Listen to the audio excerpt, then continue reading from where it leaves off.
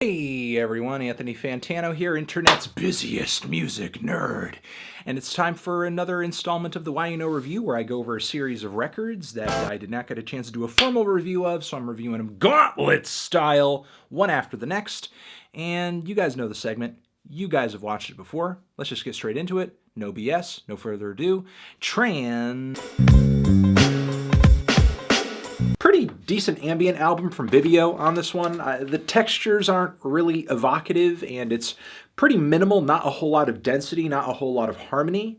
But what few sounds do show up on this thing, I think, are very eerie, very ghostly, very pretty.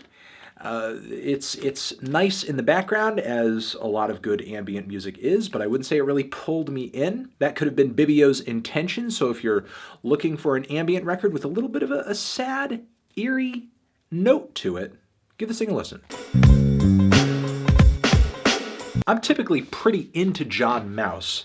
However, in this instance, this record to me just sounded like a sort of uninspired version of the new Ariel Pink album. I just don't know where that came from. I expected John to kind of go in his totally own different direction, because he is a unique artist, but for whatever reason he just sounds so much like this really weird version of his fellow tour mate and contemporary on this thing. I don't know how to take it, I don't know why, and I just have no feelings on this record. No feelings. Makthaverskan come through once again, third record over here, with an album that is a nice, healthy combination of punk rock, a little bit of reverby, and very spacey, like twee rock, and then sort of dreamy pop and rock from like the Glasgow scene, though they're not from Glasgow. It's just got kind of that, that dream poppy C86 type of sound to it. It's nice. It's sweet on the ears. It's very energetic at points, gets me a little whipped up, though I wouldn't say it really kind of stands out stylistically from anything the band has done up until this point. Sure, it's a little better recorded than their debut record, but it's pretty much on par with their last album. It's just kind of more of the same. And I was hoping the band would sort of take it above and beyond with this record, sort of like the band Always did with their new album. But it's just kind of more of the same, which is okay. But that just means it's okay. Please don't run for Senate. Please don't run for Senate. Please don't run for Senate. Please don't run for Senate. Please don't run for Senate. Please don't run for Senate. Okay, I wanted to like this Vulfpeck album. I really did. I really did. And I love jazz. I love soul. I love funk. And a lot of the guest artists on this thing make the album pretty good, though there are a few kitschy tracks here and there on the record. But it's so mild. It doesn't get my hips gyrating, and that's kind of what I want out of this style of music. It's just so in the yellow. This Australian band has a nice, noisy, intense, chaotic sound. A little bit of a metalcore, grindcore vibe on their last album that really got me all whipped up. Loved that record, gave it a very positive review. However, this new album over here, much more brittle in comparison. A little more chaotic and not in the best way. Seems like a little less meticulously and a little less well put together, a little less muscular in terms of the performance. Just not caring for how trebly it all is, but if you're looking for some nice, noisy, and frantic, spazzy, extreme rock music from down under, give these guys a listen. Jesus Christ! If there's one thing that can take the libido out of your band, it's signing to Fueled by Ramen. That's the conclusion we can come to here.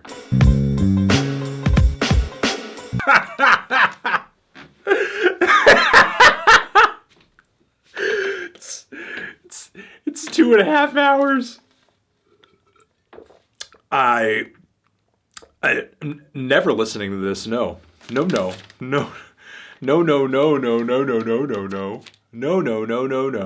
Blah!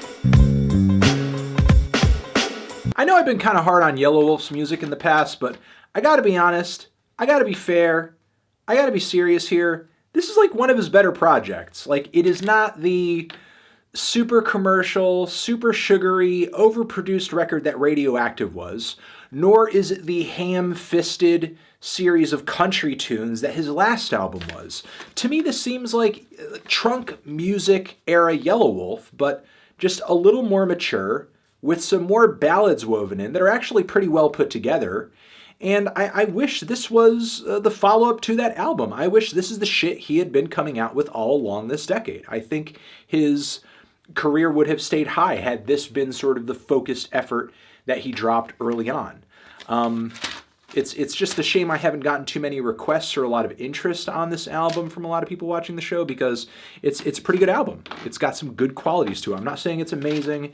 It hasn't made Yelawolf one of my favorite artists of the year, obviously, but I think there are a lot of good qualities about this album. Not so many moments that are making me just kind of like wince and pull away. I mean, even the country flavored track with the super speedy tempo featuring Travis Barker and Juicy J, pretty good. Like, pretty good. And actually, like, a pretty successful experiment given the collaborators, given the musical style, given Yelawolf's flow on that track. Just all around a lot of good things about this record. A record that, excuse me, I think hardcore fans can be proud of.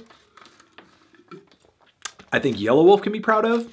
And honestly, I think Yelawolf curious listeners, or people who have sort of expected more from him all along and didn't quite get it, this is an album that you could seriously try out, and I think you'd get a lot more out of it than his past couple efforts.